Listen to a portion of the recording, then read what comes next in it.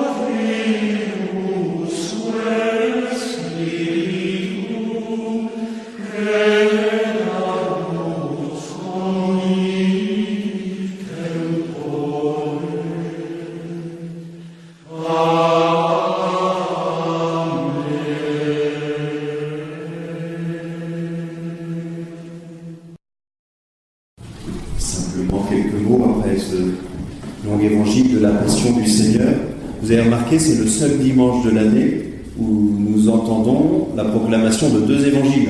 On a entendu l'évangile d'entrée de Jésus dans la ville de Jérusalem et puis celui de la Passion. Et dans les premiers siècles, en fait, on écoutait simplement le jour des rameaux, l'entrée de Jésus, l'entrée triomphale de Jésus à Jérusalem. Mais il s'est passé quelque chose dans les premiers siècles, qui est un petit peu commun avec aujourd'hui, c'est que pas mal de chrétiens ne venaient jamais le vendredi saint et donc n'entendaient pas le récit de la Passion. Et c'est pourquoi à l'époque médiévale, l'Église a dit on va mettre deux évangiles le jour des rameaux, comme ça on est sûr que la majorité des chrétiens qui se déplaceront auront entendu au moins une fois dans l'année le récit de la Passion. Et pourquoi cette insistance ? Pourquoi devons-nous nous plonger dans ce récit de la Passion ? L'oraison du début de la messe le disait, on a dit cette prière, Dieu éternel et tout-puissant, pour montrer au genre humain quel abaissement il doit imiter, tu as voulu que notre Seigneur donne sa vie. Ce qui nous est demandé à travers cet évangile, c'est de contempler Jésus qui donne sa vie pour que nous l'imitions. Comme pour nous rappeler, voilà comment un chrétien vit et meurt. Voilà quel est le but de la vie du chrétien. Imiter Jésus jusqu'au don de sa vie. Les uns les autres, comme moi, j'imagine, vous avez été frappés là, par le décès du lieutenant-colonel Bertram, qui a choisi de remplacer l'otage qu'il y avait dans ce magasin, au moment où un terroriste était présent. Et on entend, on lit un peu partout, mais il a donné sa vie pour sauver cette femme. Et nécessairement, les uns les autres, si on est bien constitués, on est quand même dans l'admiration de ce geste. Et en se demandant secrètement, est-ce que j'aurais fait la même chose que lui ? Mais nous sommes dans l'admiration. Eh bien aujourd'hui, lorsque nous méditons le récit de la Passion, nous sommes dans l'admiration. Ici, ça n'est pas un lieutenant-colonel de gendarmerie, mais c'est le Fils de Dieu lui-même qui donne sa vie. Et voilà pourquoi nous avons cette admiration éternelle pour ce geste qu'il a fait. Et la prière nous disait, si nous contemplons Jésus en croix, c'est pour que nous l'imitions. Du verbe imiter. Il me semble bon aujourd'hui, avec tout ce qu'on traverse, entre autres avec cette confrontation au djihadisme dans notre pays, il est bon pour nous, chrétiens, de se rappeler quelle est la manière dont nous devons vivre et mourir. Quand nous contemplons Jésus en croix, on voit un homme qui a donné sa vie par amour des autres. Il n'y a aucune victime collatérale. Le summum de la vie d'un homme, c'est de donner sa vie pour ceux qu'on aime, mais jamais de prendre la vie de quelqu'un d'autre. Un des derniers textes que le pape Jean-Paul II a écrit avant de mourir, c'est un texte qui n'est pas très connu, c'est une exhortation apostolique, une lettre apostolique qui s'appelle « Reste avec nous, Seigneur ». Et il médite en fait sur l'Eucharistie, sur la messe. Et il dit le chrétien doit devenir, en participant à la messe, un homme ou une femme eucharistique, qui apprend à donner sa vie à la manière de Jésus. Et il a cette petite phrase admirable, il dit ceci, un chrétien, lorsqu'il vit de l'Eucharistie, pourra peut-être un jour mourir en martyr, mais jamais il ne pourra mourir en bourreau. C'est belle cette phrase. Un chrétien, s'il médite l'Eucharistie, pourra peut-être un jour mourir en martyr, mais il ne pourra jamais mourir en bourreau. Redisons-nous au début de cette Semaine Sainte, rappelons-nous cela, que la vie est sacrée, la vie n'a pas de prix, quelle qu'elle soit. Et le chrétien ne touche jamais à la vie de quelqu'un d'autre. Même si parfois dans l'histoire, vous me direz, on a oublié ça peut-être, mais ce qui compte c'est aujourd'hui, en 2018, nous avons compris cela de l'Évangile, en méditant sur Jésus en croix, que la vie est sacrée, que jamais un chrétien ne lève la main sur une quelconque personne. Alors Seigneur, nous te demandons, dans cette Eucharistie, de nous apprendre à donner notre vie pour les autres, pas tous en mourant pour les autres, mais apprends-nous à donner notre vie pour les autres. Et à l'occasion de cette Eucharistie, nous prions aussi spécialement pour Bruno, qui va rappeler ce message lors des funérailles qui seront célébrées sur votre paroisse, de rappeler de manière incessante la croix du Christ. C'est l'objet de notre salut, de notre joie, l'objet qui nous sauve et qui sauve le monde. La croix est notre seul chemin pour triompher de la vie. Je vais demander à Bruno de bien vouloir s'avancer, peut-être aussi avec les autres personnes qui accompagnent les familles en deuil. Venez entourer Bruno, on n'est jamais seul dans une mission.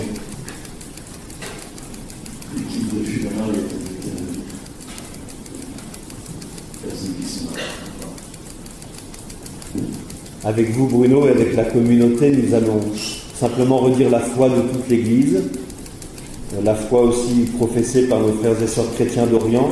On prie spécialement pour eux aujourd'hui, pour les frères et sœurs persécutés à travers le monde. C'est cette foi que nous annonçons. Je crois en Dieu, le Père Tout-Puissant, Créateur du ciel et de la terre, et en Jésus-Christ, son Fils unique, notre Seigneur, qui a été conçu du Saint-Esprit, est né de la Vierge Marie, a souffert sous Ponce Pilate, a été crucifié, est mort et a été enseveli, est descendu aux enfers, le troisième jour est ressuscité des morts, est monté aux cieux, est assis à la droite de Dieu, le Père Tout-Puissant, d'où il viendra juger les vivants et les morts. Je crois en l'Esprit Saint, à la Sainte Église catholique, à la communion des saints, à la rémission des péchés, à la résurrection de chaque chair, à la vie éternelle. Amen. Frères et sœurs, nous allons invoquer la force de l'Esprit Saint sur Bruno, que le Seigneur vienne dilater son cœur pour la mission qu'il va recevoir. Viens, Esprit de sainteté, viens, Esprit de lumière, viens, Esprit de feu, viens nous embraser, viens, Esprit de sainteté, viens, Esprit de lumière, viens, Esprit de feu, viens nous embraser. Viens, Esprit Saint, sur notre frère Bruno. Viens ouvrir son cœur pour qu'il médite ta parole et l'annonce à ceux qui seront dans le deuil et la souffrance. Viens ouvrir son intelligence pour aider nos frères et sœurs à te rencontrer dans le mystère de la croix et de la résurrection. Viens ouvrir notre cœur à tous, afin que nous accompagnions Bruno dans sa mission. Viens, Esprit Saint. Viens, Esprit de sainteté, viens, Esprit de lumière, viens, Esprit de feu, viens nous embraser. Et Jean-Yves, responsable de la pastorale des funérailles sur le diocèse, remet donc la croix à Bruno, cette croix que Bruno portera lorsqu'il présidera des funérailles. Et puis je vous remets, Bruno, au nom de notre évêque, cette lettre de mission, donc à la demande de votre curé. Alors elle est donnée, c'est marqué pour 3 ans, et comme toujours dans l'Église, virgule, renouvelable, éventuellement. En tout cas, je vous remets cette lettre de mission, Bruno, en vous remerciant au nom de l'évêque, au nom de votre curé, mais ça il le fera lui-même. Et puis, nous, dans ce ministère de compassion, on a même la grâce de pouvoir vous remercier au nom du Seigneur lui-même, parce que vous vous ferez proche de ceux qui en ont besoin. Donc merci au nom de votre communauté aussi d'accepter cette mission.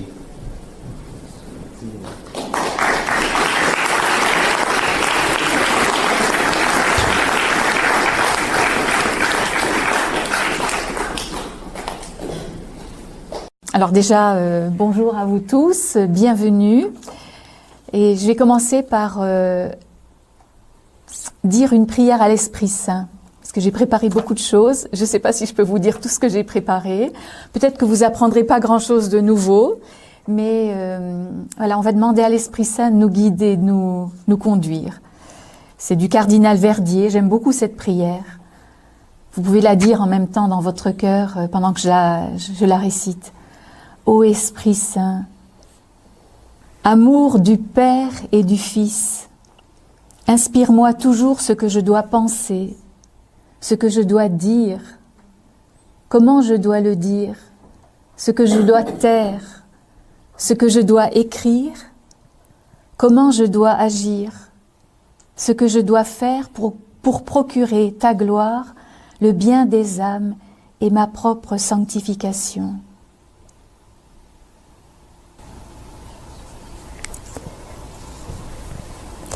Voilà, j'ai voulu partir d'une phrase de Saint Jean. Dieu a tant aimé le monde. C'est une phrase que j'aime beaucoup. Dieu a tant aimé le monde. Dieu nous aime tellement. Alors, dans une première introduction, je voulais prendre 2 lieux qui nous disent l'amour de Dieu. Alors, d'une part, la création.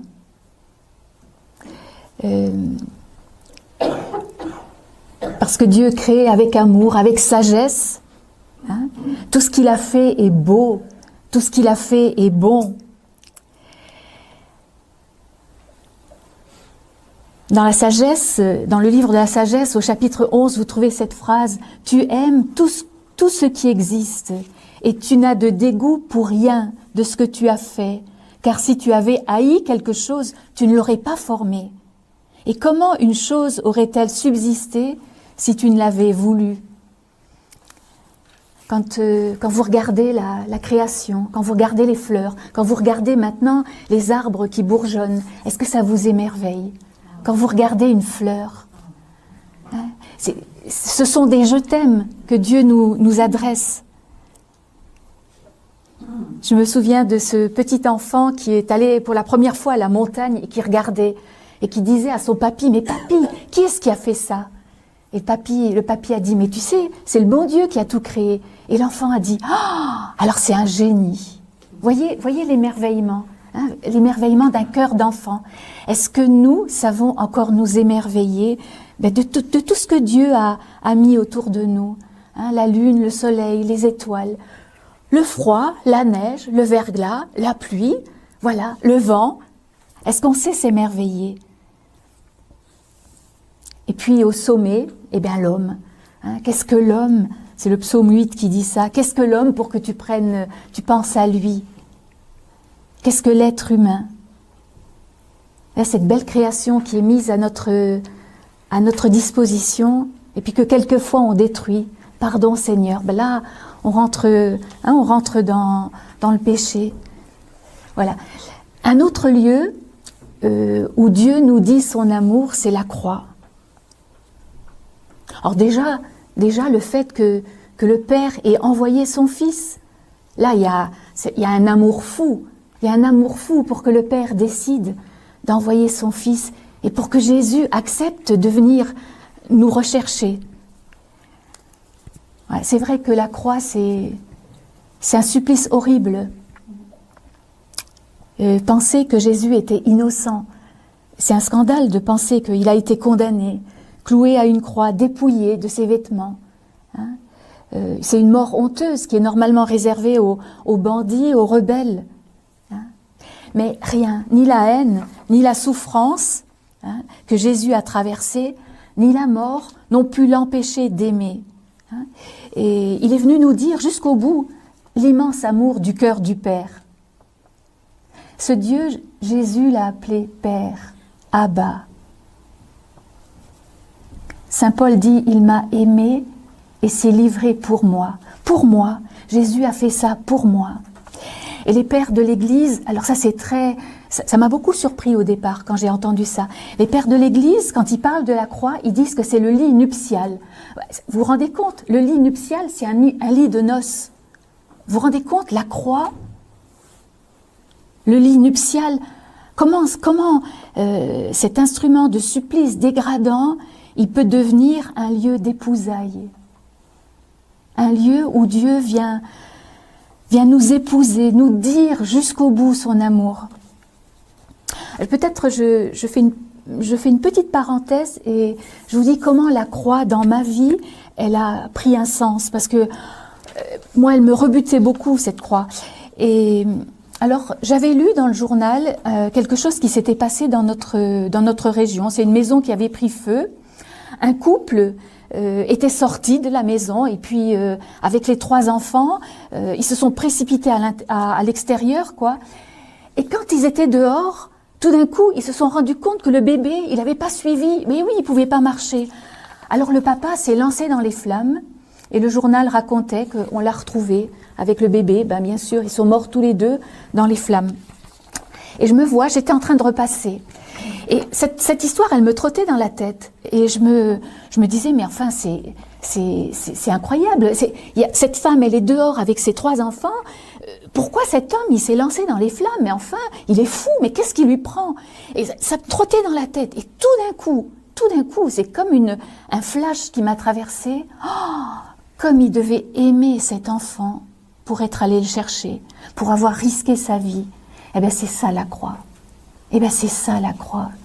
Jésus s'est précipité. Il s'est précipité pour venir à notre rencontre et pour nous sauver. Il a quitté sa condition divine, pour venir nous chercher. Et ça l'a conduit jusqu'à la mort sur une croix. Dieu a tant aimé le monde qu'il a donné son Fils, non pas pour nous juger, non pas pour nous condamner, non pas pour nous accuser, mais pour venir nous sauver. Il nous tend la main. Alors dans les Romains, au chapitre 5, saint Paul nous dit « Le Christ est mort pour des impies. À peine voudrait-on mourir pour un homme de bien. Peut-être, mais la preuve que Dieu nous aime, c'est que le Christ, alors que nous étions encore pécheurs, est mort pour nous. » Il n'y a pas de plus grand amour que de donner sa vie pour ce qu'on aime. Et l'amour de Dieu, l'amour consiste en ceci, dit saint Jean.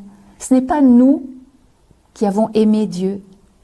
C'est lui qui nous a aimés et il a envoyé son Fils en victime offerte pour nos péchés.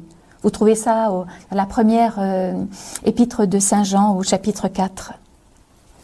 Alors maintenant, je vais prendre deux points. Le premier, je suis pécheur, nous sommes pécheurs. Et le deuxième, eh bien, le rapport de Dieu avec les pécheurs. D'accord? Voilà, donc on va voir ces deux points. Alors, si vous voulez, pour commencer, je voudrais vous parler, peut-être que je ne sais pas si vous étiez là l'an dernier, j'ai déjà parlé du péché originel, je voudrais partir du péché originel. Voilà, donc cette création, Dieu l'a faite. Entre la création et Dieu, entre l'homme et Dieu, il y a une très belle relation, une très belle harmonie. Dieu a créé et l'homme est dans cette dépendance de Dieu. La création est dans la dépendance de Dieu. Et il y a il y a une très belle harmonie qui existe entre Dieu et l'homme, entre l'homme et la création, entre l'homme et la femme. Voilà, là il y a une harmonie. Le texte dira après qu'ils sont nus, mais ça ne les embête pas. J'ai envie de dire, le fait d'être là dans une vulnérabilité, parce que c'est ça que ça veut dire être nu, le fait d'être là dans une vulnérabilité, eh bien, ce n'est en aucun cas gênant, parce que leur force, leur vie, ils l'attirent de Dieu. C'est Dieu leur créateur, et c'est Dieu qu'ils regardent. Et quand on regarde Dieu, tout devient beau. Mais voilà que le malin arrive, le serpent arrive, il essaye de tenter, et puis il va réussir, et il y a une chute. Il y a ce que nous raconte le chapitre 3 de la Genèse, eh bien cet arbre qui était une limite que Dieu avait posée, cet arbre de la connaissance du bien et du mal auquel on ne devait pas toucher, eh bien voilà que nos premiers parents, ils vont toucher. Et un peu comme ce garçon qu'on a vu tout à l'heure dans la vidéo, eh bien voilà, il y a désobéissance et il y a rupture, comme cette corde que vous avez vue tout à l'heure qui a été coupée. Il y a rupture de relation avec Dieu. Et voilà que le péché rentre dans le monde. Et avec le péché, la mort. Avec le péché, la mort. Et donc, si vous voulez, cette désobéissance, ce n'est pas quelque chose que nous avons fait, mais c'est un état duquel nous héritons. Nous naissons tous marqués du péché originel. Alors des fois on me dit, oui mais les enfants sont innocents. Oui, les petits-enfants ils sont innocents, mais ils arrivent dans cette nature humaine, pécheresse, faible, qui a été... le catéchisme de l'Église catholique dit qu'on a perdu notre sainteté, notre justice originelle. On a perdu ce lien avec Dieu. Il y a quelque chose qui a été brisé, il y a quelque chose qui a été rompu. Voilà. Alors il y a seul seulement la Vierge Marie qui a été préservée du péché originel. Et elle a été préservée par une grâce qui lui vient de la croix de Jésus. Hein, voilà. Et elle a eu ce privilège à cause de la mission que Dieu allait lui confier de porter Jésus qui est à la fois vrai Dieu et vrai homme. Voilà. Et quand j'ai fait de la théologie, j'avais un professeur qui disait il n'y a qu'une Immaculée Conception. Il n'y en a qu'une. Donc, ça veut dire, nous autres, nous sommes des pécheurs. Voilà. Il disait ça de manière assez forte. Il y en a qu'une. Alors, si vous vous prenez pour l'Immaculée Conception, vous avez tort. Voilà. Des fois, j'entends des gens qui disent mais qu'est-ce que j'ai fait de mal? Mais moi, je fais rien de mal. Hein. Je fais rien de mal. Je commets quand même pas de péché. J'essaye de faire le bien, c'est vrai. Hein. Mais en fait, moi, je vais essayer de vous dire le contraire, hein, parce que je suis en train d'essayer de vous dire que nous sommes pécheurs. Alors, je vais vous poser quelques questions. Je vous pose quelques questions, pas pour vous accuser, jamais. Hein. Quand Dieu met le doigt sur quelque chose de nos vies qui ne va pas, hein, quand Dieu met le doigt, qui permet que le doigt soit mis sur quelque chose de notre cœur qui ne va pas, c'est jamais pour nous écraser, jamais. C'est toujours pour nous relever. L'image qui me vient, c'est comme quand vous êtes dans une pièce, vous voyez la poussière. Elle vous écrase pas, la poussière. Vous la voyez pour que vous puissiez l'effacer, pour que vous puissiez enlever la poussière, pour que vous puissiez nettoyer. Eh bien, dans notre cœur, c'est pareil. Dieu ne vient pas nous accuser, il ne vient pas nous juger. Nous, parfois, nous imaginons que c'est pour nous accuser, c'est pour comme si Dieu nous voulait du mal. Mais non, Dieu, c'est le Dieu de la vie. Il veut t'apporter vers la vie, il veut t'entraîner vers le bonheur. Voilà. Alors, moi, je vous pose quelques petites questions, là, comme ça vous permet de faire un petit examen de conscience, là. Alors, est-ce que ça vous arrive jamais de dire un mensonge? Écoutez, j'essaye de ne pas en dire, mais je vous garantis qu'il m'arrive de ne pas être tout à fait vrai dans ce que je dis. Voilà. Hein? Mais si je ne suis pas tout à fait vrai, attendez, je ne suis pas dans la vérité. Est-ce que j'aime mes frères, mes voisins de quartier, mes collègues de travail, hein, les gens avec lesquels je vis, mon mari, mes enfants? Est-ce que je les aime comme Jésus aime? Comme Jésus aime. Est-ce que j'ai jamais dit une parole méchante, mauvaise? Est-ce que vous savez qu'on peut tuer avec la langue? Et c'est grave, hein? On peut salir une réputation.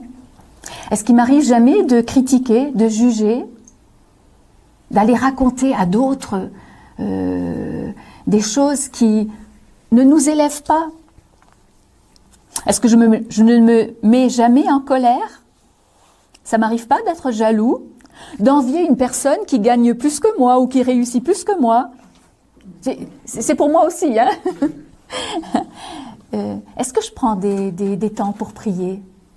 Est-ce que je prie chaque jour? Est-ce qu'il m'arrive pas d'être triste? Un jour, quelqu'un m'a dit, mais être triste, c'est pas un péché.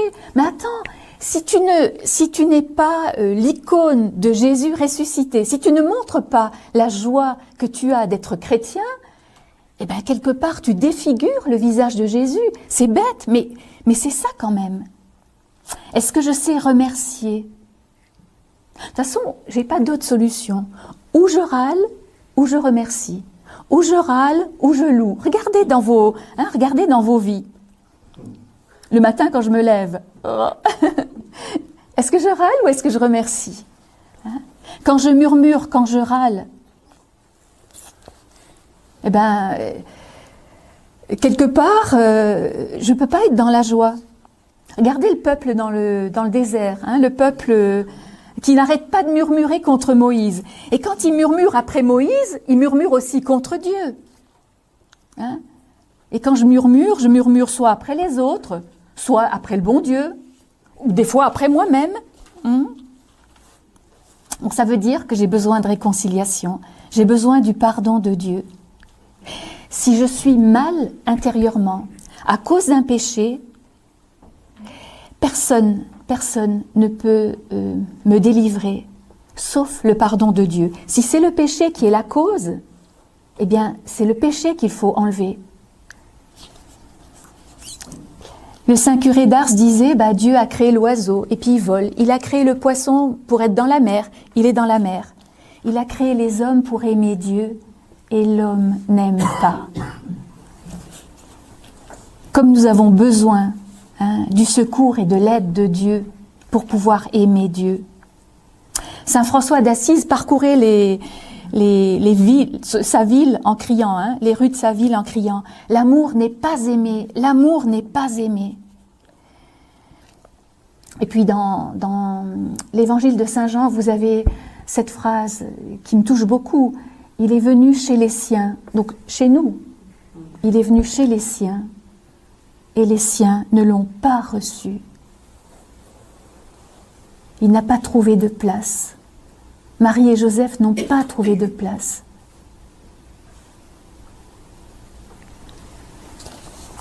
Alors oui, nous sommes pécheurs. Saint Paul le dit en Romains chapitre 3, verset 23, « Tous ont péché et sont privés de la gloire de Dieu. » Romains 3, 9, « Tous sont soumis au péché. » C'est clair, c'est clair.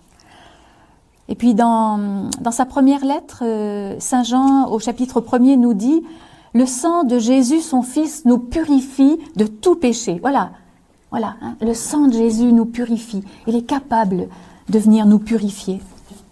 Si nous disons nous n'avons pas de péché, nous abusons. La vérité n'est pas en nous.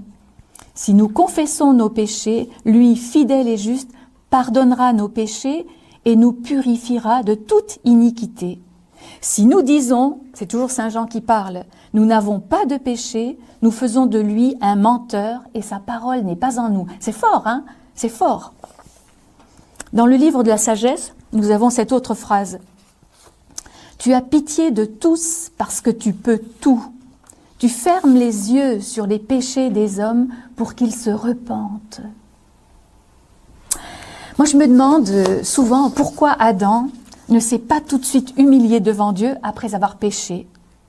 Quand Dieu est venu à sa rencontre, il aurait pu dire « Mon Dieu, pardon, Ève et moi, on n'a pas respecté cette limite, on n'a pas respecté. Qu'est-ce qu'on a été bête, on s'est fait avoir par le Satan. » Non, il n'a pas dit ça. Il n'a pas dit ça. Le voilà qui se cache et il a peur de Dieu. Là, regardez, quand on se cache et qu'on a peur, peut-être il y a le péché qui est pas loin. C'est comme ça que nous, humains, nous réagissons bien souvent. Et vous savez, je reconnais ça bien en moi. Et voilà Adam qui se justifie. Ah c'est pas moi, c'est pas moi, c'est sûr, c'est jamais ma faute. C'est la faute de l'autre. C'est la femme que tu m'as c'est la femme que tu m'as donnée. C'est la femme que tu m'as donnée. Dieu, c'est un peu de ta faute, quoi. C'est toi qui m'as donné, cette femme. Et puis il accuse. Et puis la femme, elle va dire, c'est le serpent. Elle aurait pu dire, mais oui, j'ai pris de ce fruit. Non, c'est le serpent. Alors, au lieu de dire, mais c'est moi, elle se met, elle aussi, à accuser. Quand donc accepterons-nous humblement de dire à Dieu, oui, c'est vrai, je désobéis à tes commandements, pardonne-moi, au lieu de dire, l'Église, elle n'y comprend rien, de toute façon, tout ce qu'ils disent, on peut pas tout suivre, c'est pas possible. Qu'est-ce que nous allons suivre? Les commandements de Dieu, ce que l'Église nous propose comme chemin de vie et de bonheur, ou alors ce que je crois, moi, être un chemin de vie et de bonheur, ou par exemple, ce que certaines lois me proposent comme chemin de vie ou de bonheur. J'ai radicalement besoin d'être sauvée. Je suis perdue. Je suis perdue et Saint Paul le dit, je suis un être de chair, vendu au pouvoir du péché. Vraiment, ce que je fais, je ne le comprends pas, car je ne fais pas ce que je veux, mais je fais ce que je hais. Car je sais que nul bien habite en moi, puisque je ne sais pas faire le bien que je veux et je commets le mal que je ne veux pas. Or, si je fais ce que je ne veux pas, Ce n'est plus moi qui accomplis l'action, c'est le péché qui habite en moi. Cette semaine, dans un texte, il y avait le péché nous rend esclaves. Hein, nous sommes esclaves du péché. Hein, c'est comme si je devenais esclave du péché, c'est vraiment ça. Et saint Paul continue, « Je me plais dans la loi de Dieu au point de vue de l'homme intérieur. Je me plais dans cette loi. Mais j'aperçois une autre loi dans mes membres qui lutte contre la loi de ma raison et m'enchaîne à la loi du péché qui est dans mes membres. Malheureux homme que je suis, qui me délivrera de ce corps qui me voue à la mort ?» C'est vrai que c'est difficile parfois de se reconnaître pécheur. Le Père Jean-Louis, dans le témoignage qu'il a donné, nous disait le contraire pour ces jeunes. Et bravo, bravo. Ils ont eu le courage de reconnaître, de venir humblement. Mais parfois c'est difficile. On est capable de se vanter à la télé ou en public, on est capable de se vanter de plein de choses. On parle des infidélités conjugales, on parle d'avortement, on parle de pornographie, de critiques, on murmure, on se révolte, on parle de nos haines dans le cœur. Cet homme, jamais je lui pardonnerai. Vous avez des choses comme ça. Mais allez trouver un prêtre et recevoir le sacrement du pardon. Comme c'est difficile, comme c'est parfois pas facile. C'est vrai qu'il y a quelque chose d'humiliant intérieurement. Voilà, je marche sur mon orgueil, et j'accepte de recevoir de Dieu la grâce du pardon. Des fois, on est capable d'aller voir des guérisseurs, même des diseurs de bonnes aventures, parfois des médiums. Et là, on est complètement en dehors de la volonté de Dieu. Mais aller voir un prêtre, c'est incroyable comme ça coûte. Comme il faut être humble pour oser se mettre en vérité sous le regard d'un Dieu d'amour. J'aurais beau courir partout pour chercher de l'aide. Si je suis mal intérieurement à cause du péché, seul Dieu peut me délivrer. Seul le Christ peut me libérer du poids du péché et du mal qui habite mon cœur. Et ce pouvoir, il a été transmis aux prêtres. En Saint Jean, vous avez Jésus qui dit « Recevez l'Esprit Saint, ceux à qui vous remettrez les péchés, ils leur seront remis. » Le sacrement de réconciliation, c'est un sacrement de guérison et c'est totalement gratuit. Voilà. N'oublions jamais que Jésus, c'est vraiment le médecin des âmes, des cœurs et même des corps. Pensez aux paralytiques qu'on a rapportés à Jésus et où Jésus lui dit pour que vous sachiez que j'ai le pouvoir de pardonner les péchés, je te le dis, prends ton grabat, lève-toi et marche. Et aussitôt l'homme se met debout. Dieu est capable de venir jusque guérir nos corps par le sacrement de réconciliation. C'est un sacrement de guérison. Voilà, nous sommes des pécheurs et nous avons besoin d'être lavés par le sang de Jésus. Alors Dieu face aux pécheurs. Pour cette partie, je suis partie des 3 paraboles de la miséricorde, que je trouve très belles. Alors, Jésus est là et s'approche de lui, des pécheurs et des publicains, pour l'entendre, nous dit saint Luc au chapitre 15. Et puis il y a là des pharisiens et des scribes qui sont en train de murmurer. Ils murmurent contre Jésus. Cet homme, il fait bon accueil aux pécheurs et il mange avec eux. Vous voyez ce qui se passe dans la tête. Parfois, il faut, parfois il faut penser, voir quelles sont nos pensées. Qu'est-ce qui nous traverse l'esprit ? Demander aussi une purification de toutes ces pensées. Et parfois mettre... fermer la porte à des pensées mauvaises qui nous traversent. Il y a là, avec Jésus, 2 catégories de personnes, vous l'avez entendu. Il y a ceux qui viennent pour l'entendre, et puis il y a ceux qui sont là pour critiquer. Ce matin, vous êtes venus, vous faites partie de cette assemblée qui est venue, invité. De quel groupe vous faites partie ? Peu importe le groupe duquel vous faites partie. Parce que je vais vous montrer que les deux ont besoin de miséricorde. Peu importe ce groupe, que vous soyez de ceux qui sont dans le péché et qui s'approchent de Jésus pour l'entendre, c'est formidable, et que vous soyez de ceux qui sont en train de critiquer, de juger, eh bien, c'est formidable aussi, parce que justement, vous avez besoin de Jésus. Alors, il y a là les pécheurs, les publicains, peut-être qui ne sont pas trop recommandables, d'après notre regard, mais ce n'est pas le regard de Jésus, hein, parce que lui, il se laisse approcher. Hein. Et puis, ces scribes et ces pharisiens qui, eux, peut-être veulent prendre Jésus en défaut. Ces publicains et ces pécheurs, ils se sentent compris, ils se sentent aimés, ils se sentent respectés. Ils ont besoin de ce Jésus, ils ont besoin d'être sauvés, et le fait de l'entendre, eh bien, quelque part, ça les relève déjà. Alors, ils viennent tout près de lui et ils s'approchent. Les scribes et les pharisiens, eux, ils regardent. Hein, ils sont là, ils regardent ce... Regardez comment ils murmurent intérieurement. Dans ce murmure, il y a un regard de jugement. D'abord, ils jugent les publicains et les pécheurs qui sont là. Mais puisqu'ils sont en train de juger, ça veut dire qu'eux aussi sont pécheurs.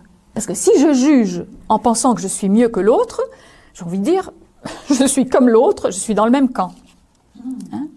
C'est bien commode parfois d'être à côté de quelqu'un qui a péché. Parce que du coup, moi, je me sens juste. Vous comprenez ce que je veux dire, hein? Moi, je peux être aussi pharisien. Hein? Mais je ne suis pas comme eux quand même, hein, je suis mieux qu'eux. Et puis on a vite fait de se justifier, de se complaire en soi-même, hein, de se trouver presque parfait. Comme ça, voilà, on accuse les autres, mais nous, on est bien quand même. Hein.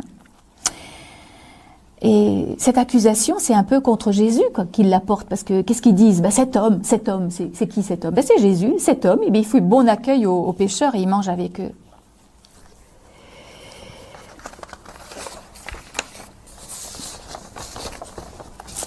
On peut quand même aussi préciser que ces scribes et ces pharisiens, ce sont des hommes religieux. Hein, ils sont pas, hein, ils croient en Dieu.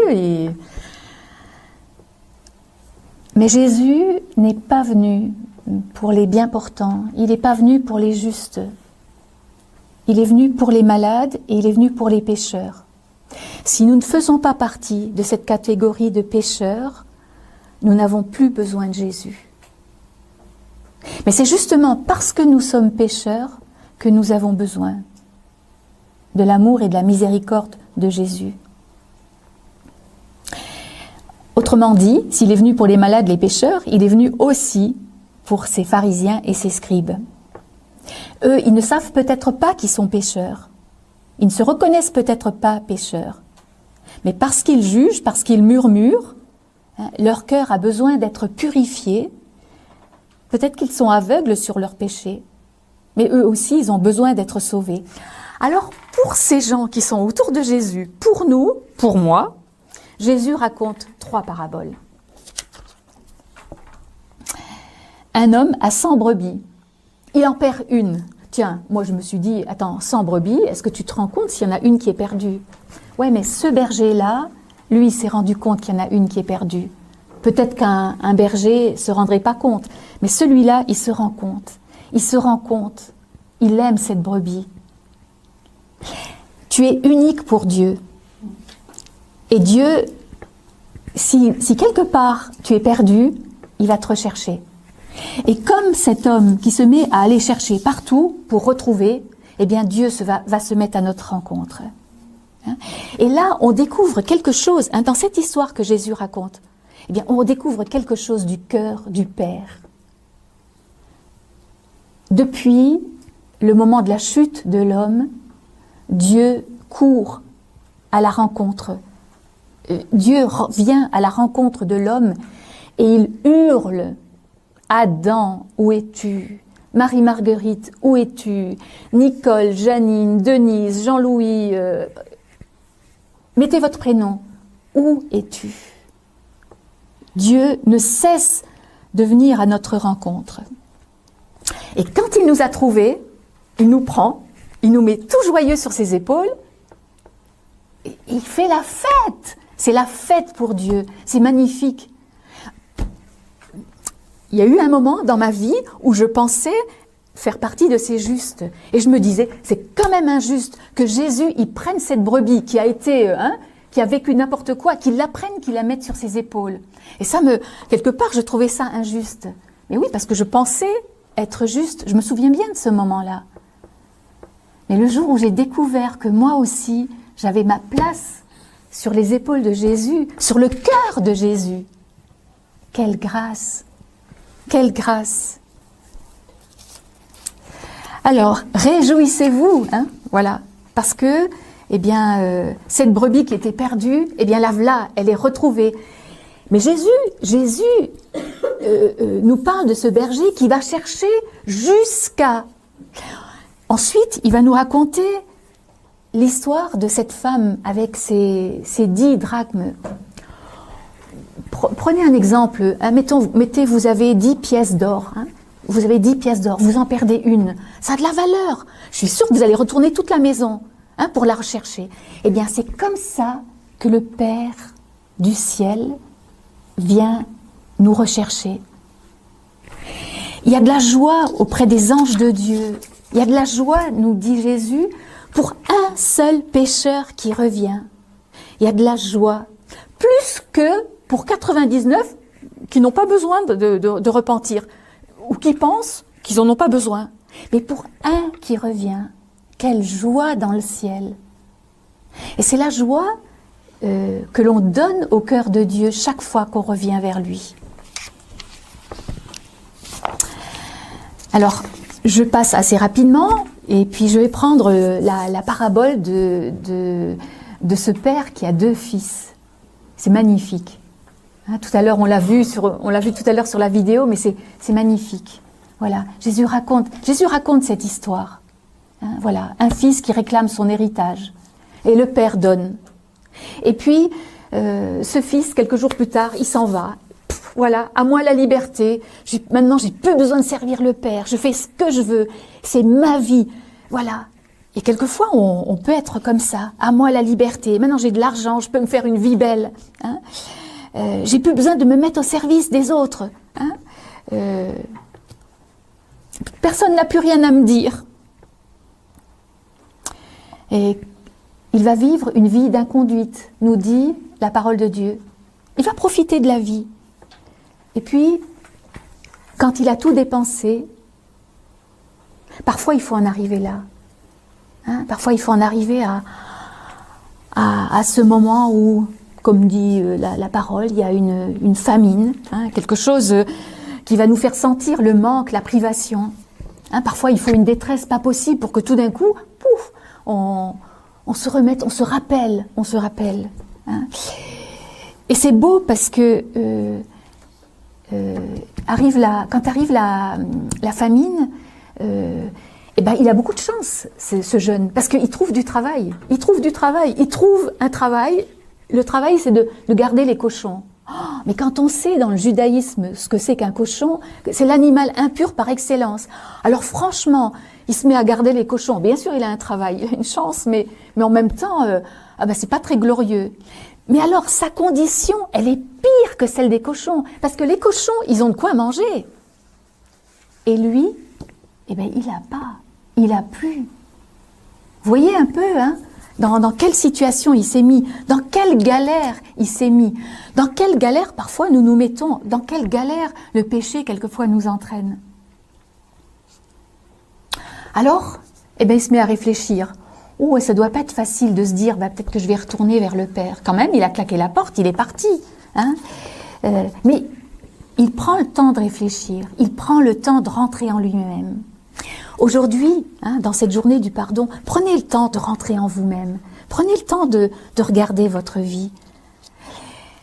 Et là, c'est une chance parce que en prenant ce temps, il se rappelle, mais quand même, dans la maison de mon père, il y a du pain, il y a de quoi manger. Moi, je suis en train de crever de faim ici, mais chez mon père, il y a tout ce qu'il faut. Il y a tout ce qu'il faut. Les mercenaires qui sont là, ils ont de quoi manger. Eh bien,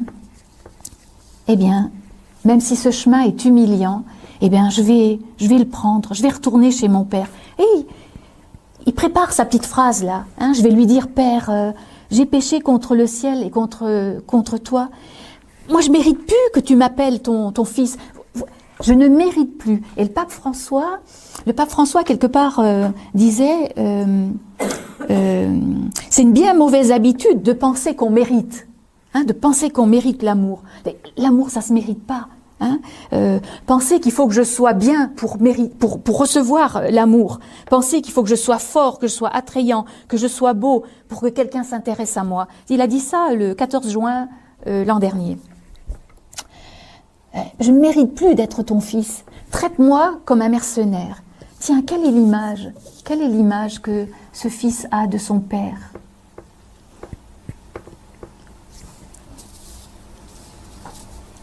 Peut-être qu'il a honte. Il a honte de ce qu'il vient de vivre. Là aussi, le pape François nous dit, vous savez, la honte, c'est une vertu chrétienne. Hein, oui. Avoir honte de notre péché. Ce fils ne connaît pas le père parce qu'il accepte de revenir en mercenaire. Enfin, il croit, c'est ce qu'il croit. Hein, il croit que le père va revenir et puis eh bien, il va prendre cette place de mercenaire. Il s'est éloigné, il s'est coupé du père. C'est vrai cet héritage qu'il a reçu n'existe plus. Hein, alors voilà, il prépare ses mots. Hein. Il ne se reconnaît pas le droit d'être fils. Il ne se reconnaît plus d'être fils. Mais voilà qu'il fait demi-tour, qu'il se met en route. Et regardez l'attitude du père. De loin, quand le père le voit, il accourt. Il accourt. C'est pas le fils qui court. Moi, je pense qu'il n'est pas en train de courir. Hein. Je pense qu'il n'est pas en train de courir. Après ce qu'il vient de vivre, je pense qu'il n'est pas en train de courir. Mais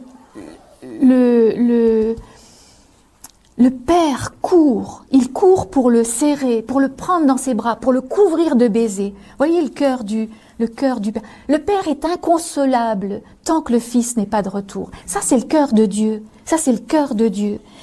Hein, et alors c'est la joie de ce père d'avoir enfin son fils.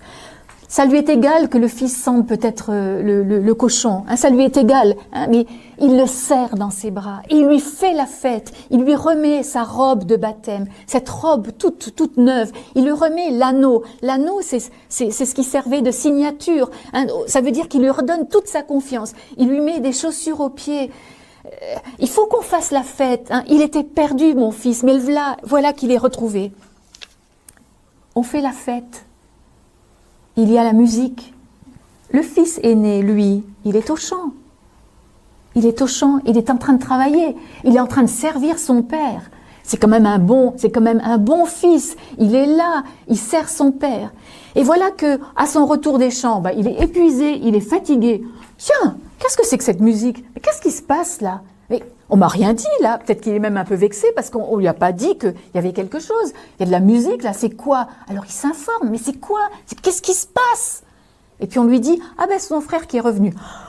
Alors là, non, il se met en colère. Hein. Il se met en colère, il dit, mais attends, c'est pas possible. Mais c'est pas possible. Alors moi, je suis là tout le temps, je travaille, je fais tout ce qu'il faut. Comment est-ce qu'il travaille? Est-ce qu'il est là au service du Père par amour? Ou est-ce qu'il est là par contrainte? Pourquoi est-ce qu'il fait ça? Quelles sont ses intentions profondes quand il fait ça? Mais là, il refuse d'entrer. Il veut pas faire la fête. Il ne veut pas. Et nous, quelquefois, on ne veut pas. Il y a des choses, on ne veut pas. Ça, jamais. Regardez le Père. C'est toujours le cœur du Père de Dieu. Jésus raconte l'histoire. Hein. Jésus raconte cette histoire pour nous faire comprendre l'amour du cœur du Père. Le Père, comme il aime cet enfant.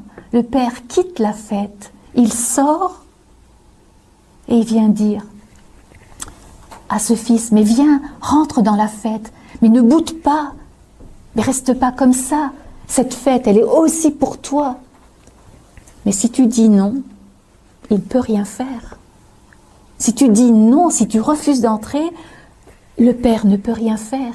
Et là, ce fils, il refuse d'entrer.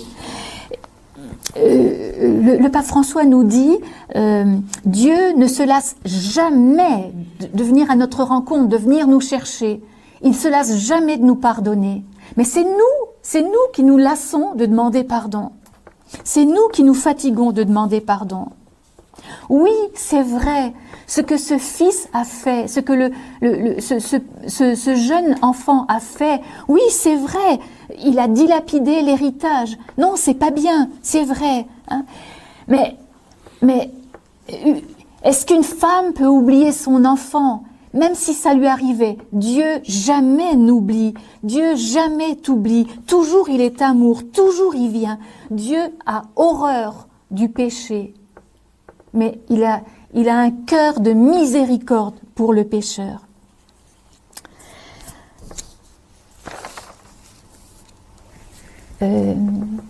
Ce fils aîné, il est invité à rentrer. Vous voyez, lui non plus ne connaît pas le cœur du Père. Même s'il est avec le Père tout le temps, il ne connaît pas. Quelquefois, nous pouvons être de bons chrétiens, aller à la messe, pratiquer, et puis ne pas connaître le Père, le cœur du Père. Tout ce qui est à moi est à toi, mon enfant. Mais mon enfant, toi, tu es toujours avec moi. Tout ce qui est à moi est à toi. Hein? Il faut bien faire, il faut bien fêter, parce que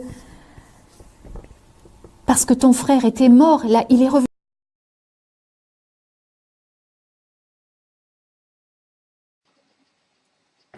Chers frères et sœurs, bonjour. Beaucoup de personnes connaissent le chapelet à la miséricorde divine, mais ne connaissent pas les promesses que Jésus miséricordieux a données à Sainte Faustine pour ceux et celles qui récitent ce chapelet de tout leur cœur. Alors je vais vous les donner avant de réciter le chapelet. Jésus a dit à Sainte Faustine: « Oh, quelle grande grâce j'accorderai aux âmes qui diront ce chapelet. Inscris ces mots, ma fille. Parle au monde de ma miséricorde, que l'humanité entière apprenne à connaître mon insondable miséricorde. C'est un signe pour les derniers temps, après viendra le jour de la justice. Tant qu'il est temps que les hommes aient recours à la source de la miséricorde, qu'ils profitent du sang et de l'eau qui en jaillit pour eux. Récite constamment le chapelet que je t'ai enseigné. Quiconque le dira accédera à une grande miséricorde à l'heure de sa mort. Les prêtres le recommanderont aux pécheurs comme ultime planche de salut. Même le pécheur le plus endurci, s'il récite ce chapelet une seule fois, obtiendra la grâce de mon infinie miséricorde. Il me plaît d'accorder aux âmes tout ce qu'elles me demanderont en disant ce chapelet. Lorsque les pécheurs endurcis, j'emplirai leur âme de paix et l'heure de leur mort sera heureuse. Écris cela pour les âmes affligées. Lorsque l'âme verra ses péchés et en mesurera le poids. Lorsque se dévoilera à ses yeux tout l'abîme de la misère dans laquelle elle s'est plongée, qu'elle ne désespère pas, mais qu'elle se jette avec confiance dans les bras de ma miséricorde, comme l'enfant dans les bras de sa mère bien-aimée. Dis-leur qu'aucune âme faisant appel à ma miséricorde n'a été déçue ni n'a éprouvé de honte. Je me complais particulièrement dans l'âme qui fait confiance à ma bonté. Écrit. Si l'on récite ce chapelet auprès d'un agonisant, je me tiendrai entre le Père et l'âme agonisante, non pas en tant que juge juste, mais comme sauveur miséricordieux. À l'heure de la mort, je défends comme ma propre gloire chaque âme qui récite ce chapelet elle-même. Quand on récite ce chapelet auprès de l'agonisant, la colère divine s'apaise, la miséricorde insondable s'empare de son âme. Eh bien, chers frères et sœurs, Voilà de nombreuses raisons pour prier ce chapelet de la miséricorde divine. Au nom du Père, du Fils et du Saint-Esprit. Amen. Notre Père qui es aux cieux, que ton nom soit sanctifié, que ton règne vienne, que ta volonté soit faite sur la terre comme au ciel. Donne-nous aujourd'hui notre pain de ce jour.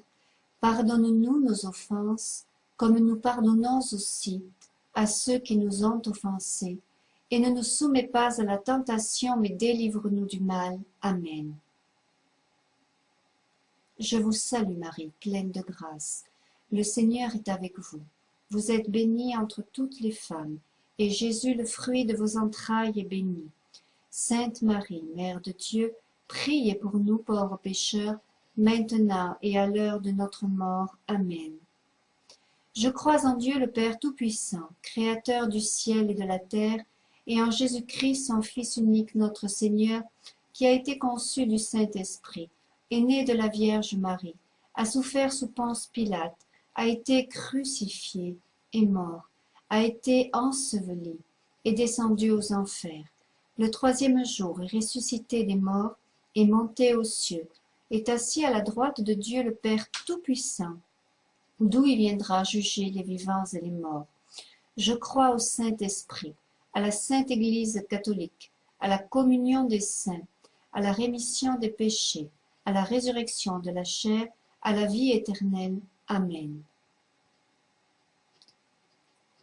Père éternel, je vous offre le corps, le sang, l'âme et la divinité de votre Fils bien-aimé, notre Seigneur Jésus-Christ, en réparation de nos péchés et de ceux du monde entier. Par sa douloureuse passion, sois miséricordieux pour nous et pour le monde entier. Par sa douloureuse passion, sois miséricordieux pour nous et pour le monde entier.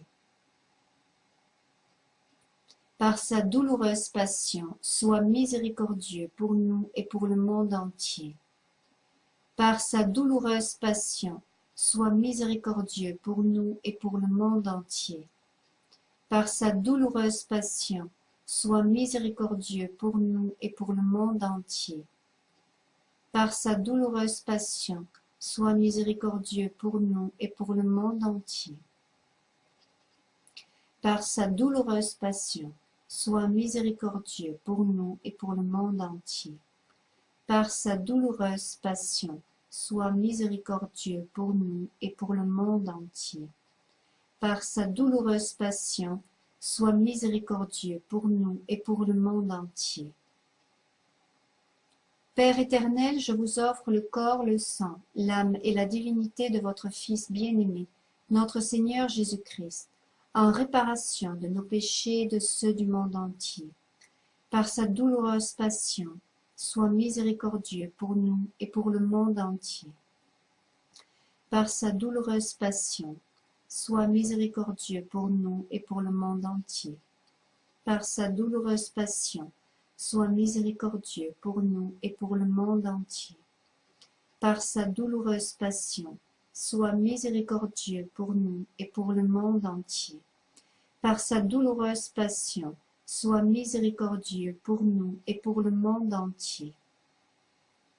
Par sa douloureuse passion, sois miséricordieux pour nous et pour le monde entier. Par sa douloureuse passion, sois miséricordieux pour nous et pour le monde entier. Par sa douloureuse passion, sois miséricordieux pour nous et pour le monde entier. Père éternel, je vous offre le corps, le sang, l'âme et la divinité de votre Fils bien-aimé, notre Seigneur Jésus-Christ, en réparation de nos péchés et de ceux du monde entier.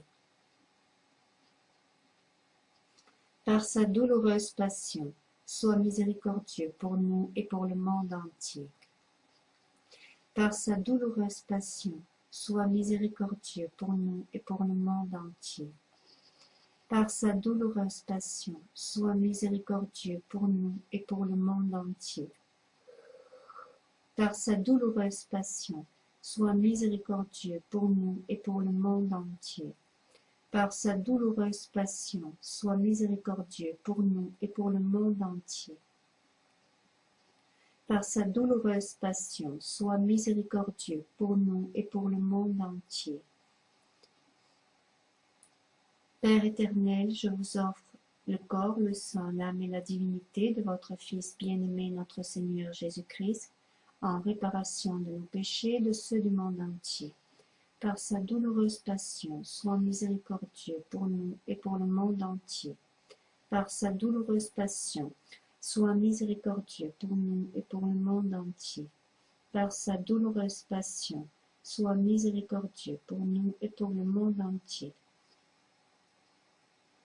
Par sa douloureuse passion, sois miséricordieux pour nous et pour le monde entier. Par sa douloureuse passion, sois miséricordieux pour nous et pour le monde entier. Par sa douloureuse passion, sois miséricordieux pour nous et pour le monde entier. Par sa douloureuse passion, sois miséricordieux pour nous et pour le monde entier. Par sa douloureuse passion, sois miséricordieux pour nous et pour le monde entier.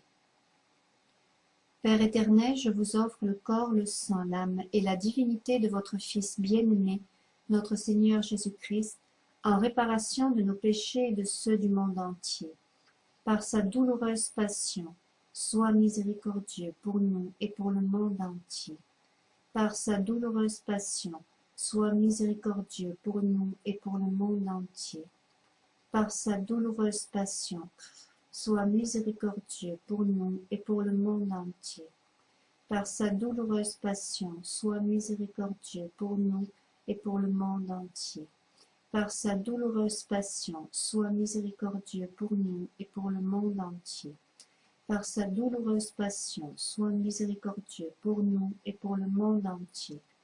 Par sa douloureuse passion, sois miséricordieux pour nous et pour le monde entier. Par sa douloureuse passion, sois miséricordieux pour nous et pour le monde entier. Dieu saint, Dieu fort, Dieu éternel, prends pitié de nous et du monde entier. Dieu saint, Dieu fort, Dieu éternel, prends pitié de nous et du monde entier. Dieu saint, Dieu fort, Dieu éternel, prends pitié de nous et du monde entier. Jésus, j'ai confiance en toi.